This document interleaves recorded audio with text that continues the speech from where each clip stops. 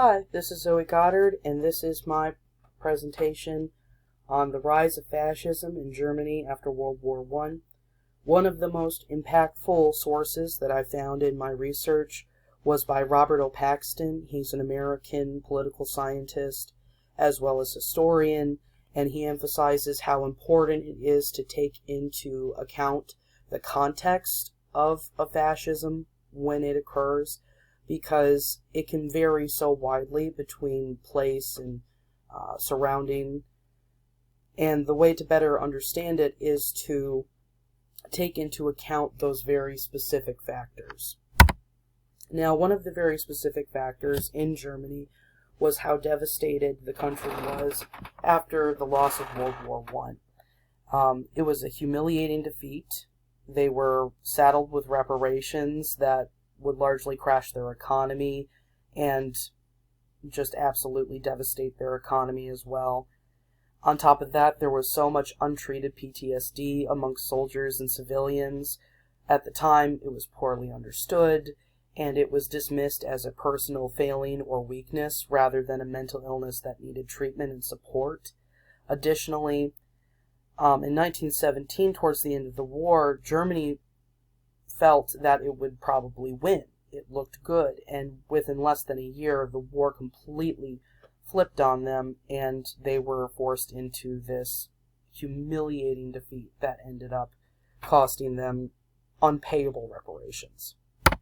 Now, speaking of the unpayable reparations, this led to many crashes of the German economy, to the point that at some points their currency would become almost comically worthless. As you can see here, there are a bunch of children playing with blocks of German currency. Some people even wallpapered their homes with German marks because they were so worthless.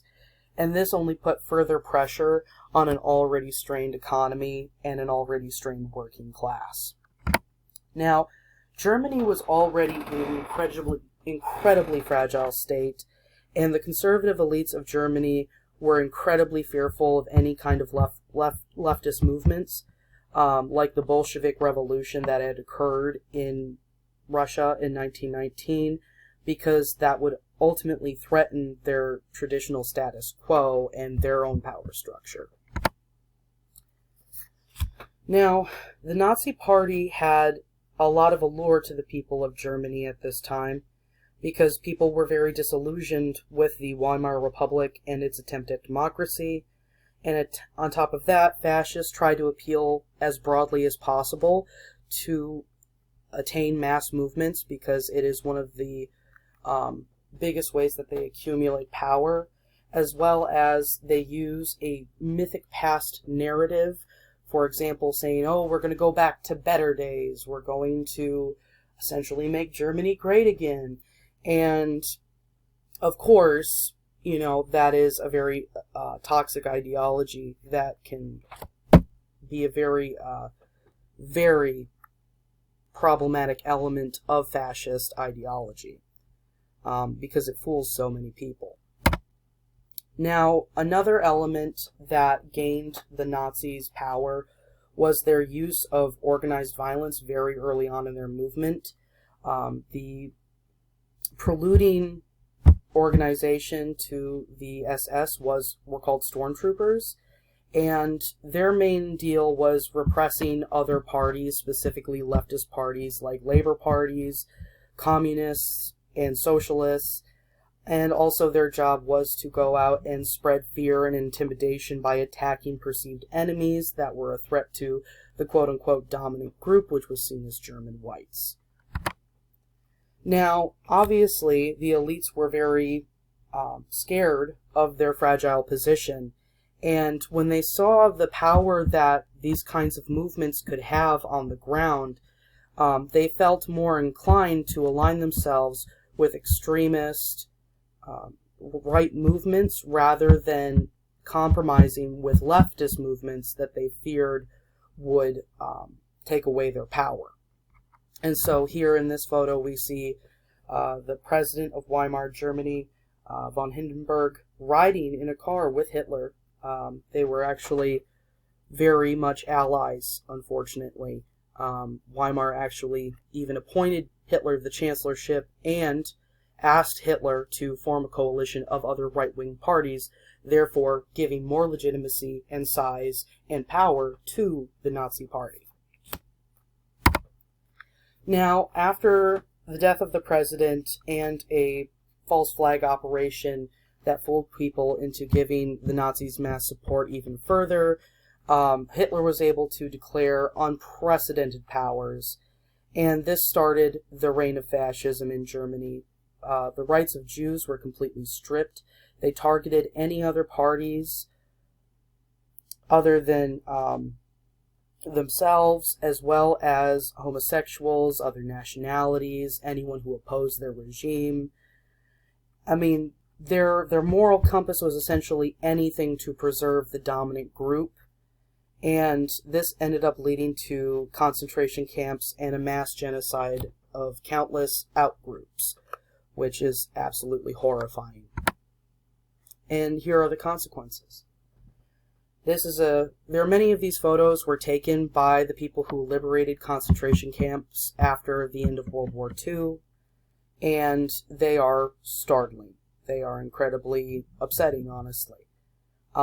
Because under fascism, outgroups are completely dehumanized, and they are subjected to unimaginable suffering, what, I could only describe as hell on earth. These are children. And here they are behind barbed wire having to go through unimaginable trauma. This is another photo that was taken showing the absolute horrific conditions of many of these labor and concentration camps and what bad state that people were in these camps. Wounds untreated, unbelievable starvation. Again, here is another photo of emaciated Holocaust survivors. And it's startling to look at these photos and imagine having to live through such a thing. It's honestly unimaginable. This is probably the most upsetting photo. This is a photo of human cremains that were found in the Buchenwald camp. This is a pile of people that were just absolutely murdered and discarded like they were worthless. This is what fascism produces. This is what fascism strives for when it has the chance to radicalize. And in conclusion, I want to talk about a man named Martin Niemöller. He originally started out as a supporter of Hitler very early on, and again, as the pre-war years set on, he ended up becoming an opposer of Hitler, a very strong opposer. He himself is a Holocaust survivor, as he was sent to a concentration camp for being a political opposer. And he wrote a very haunting poem about the dangers of being apathetic when you see these kinds of things going on in your country. He wrote, "First they came for the socialists, and I did not speak out, because I was not a socialist. Then they came for the trade unionists, and I did not speak out, because I was not a trade unionist. Then they came for the Jews, and I did not speak out, because I was not a Jew. Then they came for me, and there was no one left to speak for me." And that's really where I want to leave this. Because the point is that fascism has its methods by which it derives, but those methods will never be successful if good people do something. Thank you very much, and thank you for listening to my presentation.